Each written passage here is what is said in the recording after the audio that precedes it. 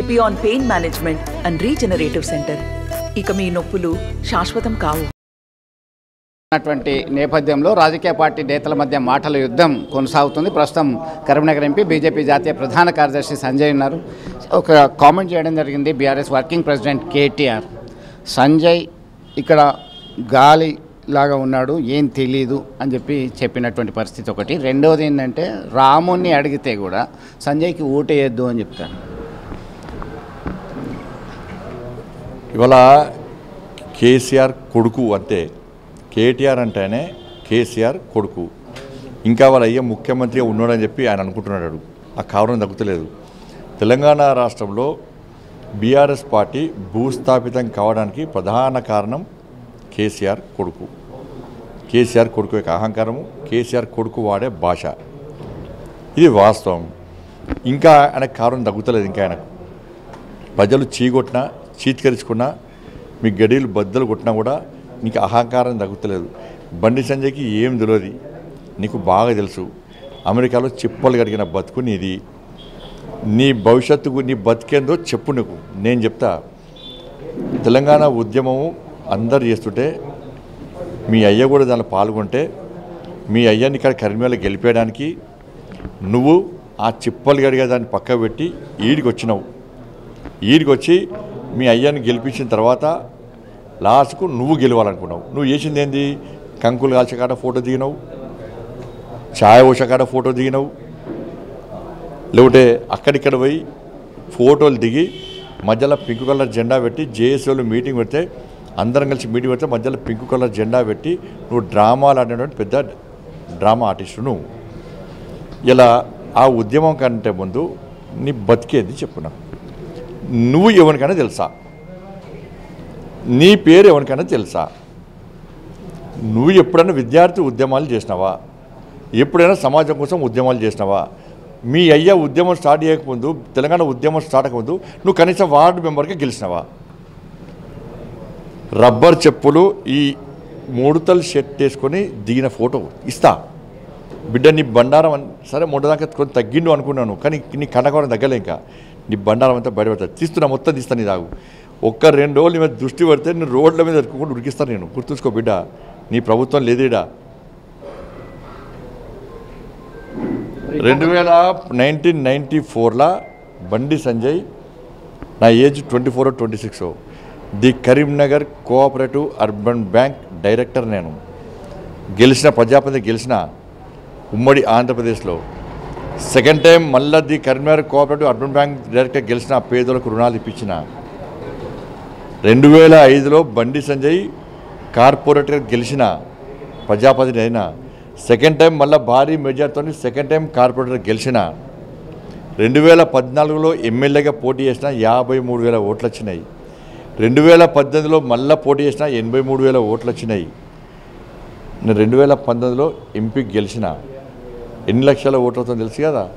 89,000 ఓట్ల మెజార్టీతో గెలిచిన. నీ ప్రభుత్వమే ఉందాడ. నువ్వు అంతకుముందు ఏంది? నేను మా నాయన పేరు చెప్పుకొని గెలవలే, మా తాత పేరు చెప్పుకొని గెలవలే, మా అమ్మ పేరు చెప్పుకొని గెలవలే. ఉద్యమాలు చేసేసా. నీ అయ్యలకు నీ బతికేంది చెప్పరాదు. కుక్కలు దేకే నీ బతుకు, బిచ్చ బతుకు నీది. నువ్వు తెలంగాణ ఉద్యమం కంటే ముందు నీ ఆస్తి పాస్తులు ఎంత? మీ అయ్య కారు ఎందుకు గుంజుకపోయారు బ్యాంకోలు? మీ అయ్య వాడిన రథం ఎందుకు గుంజుకపోయారు బ్యాంకోలు? మరి ఇప్పుడు లక్షలకు 1,000 కోట్ల రూపాయలు ఎట్లా వచ్చినాయి? నువ్వేం చేస్తున్నావు? గాలి తిరుగుడు నేను తిరుగుతాను. నువ్వేం తిరుగుతున్నావు? విదేశాలకు పోతున్నావు, ఇక్కడ 1,000 కోట్లు సంపాదించిన పైసలు తీసుకుపోయి అడపెట్టోళ్ళు పెడుతున్నావు. మీ అక్క మీ చెల్లి ఏం చేసింది?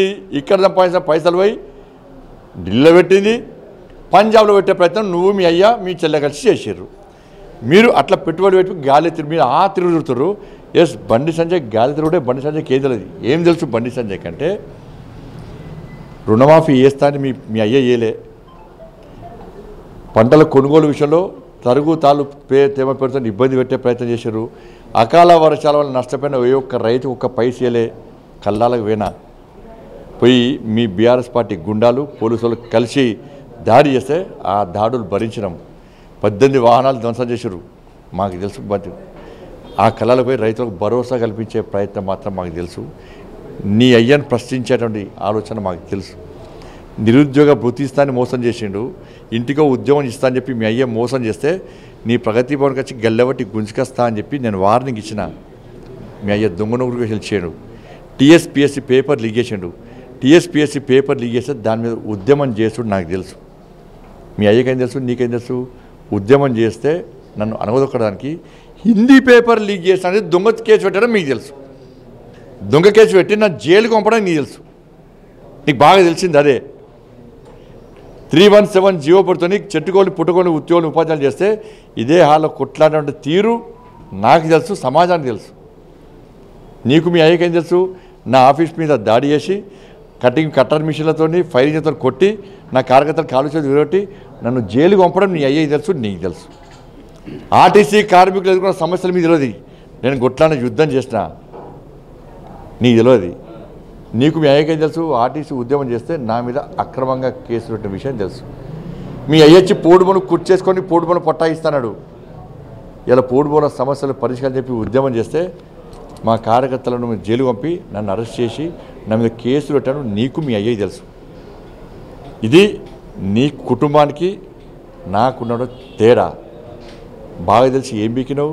1000 కోట్లు సంపాదించినావు, 1000 కోట్లు సంపాదించినావు. చెప్పు, అంతకుముందు నీ ఆస్తిపాస్తులు ఎంత, ఇప్పుడు నీ ఆస్తిపాస్తులు ఎంత? తీస్తా, అన్నీ తీస్తా. ఏమని చేస్తావు? అన్నీ తీస్తున్నా. ఎక్కడెక్కడ పెట్టుబడి పెట్టడం తీస్తా, అది కూడా తీస్తా, అది కూడా ప్లాన్ చేస్తున్నా. నోరు హద్దులో పెట్టుకొని మాట్లాడు. నీ అయ్య ముఖ్యమంత్రి కాదు బిడా. కండ కావడం తలకాయకితే దించుతానేది. ఈ పార్లమెంట్ ఎన్నికల తర్వాత నీ పార్టీ, నువ్వు, నీ కుటుంబం, నీ ముళ్ళే ముస్తారు అనుకొని బిల్లా బిస్తారు అనుకొని తప్పకుండా పారిపోయేటట్టు చేస్తా. బండి సంజయ్తో ఏం కాదని మీ అయ్యనే చెప్పిండు. బండి సంజయ్ దమ్మేందో, బీజేపీ కార్యకర్తలు దమ్మేందో మనం చూపెట్టాం కదా, మళ్ళీ చూపెడతాం. ఇప్పుడు ఒక రిజర్వేషన్ అంశం మీద ప్రతిపక్ష నేతలు ఒక వార్తలు ప్రచారం చేస్తున్నటువంటి పరిస్థితి ఉంది. రిజర్వేషన్లు రద్దు చేస్తారు, భారతీయ జనతా పార్టీ మళ్ళొకసారి అధికారంలోకి వస్తాయని. దానిలో మీరు మాట్లాడినట్టు కూడా దాన్ని వైరల్ చేస్తున్నటువంటి పరిస్థితి. నేను మాట్లాడింది నేను వైరల్ చేస్తున్నారు కదా ప్రజలు కదా. హుజరాబాద్లో నేను ప్రెస్ కాన్ఫరెన్స్ పెట్టి విలేకరులతో మాట్లాడేదాన్ని మార్ఫింగ్ చేసి ఎడిట్ చేసి అన్ని క్లబ్ చేసి ప్రచారం చేస్తున్నారు. హుజరాబాద్లో మీడియా మిత్రులు ఫోన్ చేశారు. అన్న నువ్వు మాట్లాడేది మొత్తం నేను చూడలే, వాస్తవానికి నువ్వు మాట్లాడిన దాన్ని మొత్తం అన్ని క్లబ్ చేసారు, మార్ఫింగ్ చేసారు, అన్నీ ఎడిట్ చేసి సర్క్యులేట్ చేస్తున్నారు. చూడనంటే గాల మాటలు పట్టించుకుంటాను. పబ్లిక్ ప్రజలు తెలుసు, ఏం మాట్లాడడం ప్రజలు తెలుసు, ఏం చేస్తున్నారో ప్రజలు తెలుసు. గాలి ఏమంటే కొట్టి పరిశ్రమకి వెళ్ళాను. జూన్ 4 తర్వాత మరొకసారి బీజేపీ అధికారంలోకి వస్తే హైదరాబాద్ కేంద్ర ప్రాంతంగా చేసే కుట్ర జరుగుతుందని చెప్పి కేటీఆర్ కామెంట్ చేస్తున్నాడు. ఇంక పట్టించుకోరన్నా, ఆయన దుర్మార్గుడు. ఆయనకి ఏం తెలియదు. ఆయనకు తెల్లాలైతే వాడిని వీని నుంచి పైసలు సంపాదించాలి, విదేశాల్లో పెట్టుబడి పెట్టాలి, ఎంజాయ్ చేయాలి, అంత తప్ప ఏం తెలియదు ఆయనకు. కేంద్ర పాలిత ప్రాంతం చేస్తానని చెప్పి 2014 నుంచి చెప్తున్నారు. చేసినామా? ప్రతి ఎన్నికల్లో చెప్తారు. స్థానిక సంస్థలు ఎన్నికలు బోర్డర్లో మీటర్ ఇక్కడ పెట్టినామా? కానీ అది ఎవరు పట్టించుకోరన్నా. బీఆర్ఎస్ పార్టీ ఇంకా 3-4 రోజులు బీఆర్ఎస్ పార్టీ 13వ తారీఖు బీఆర్ఎస్ పార్టీ పడుతుంది. తర్వాత పడుతుందా? పిక్తుంది అది.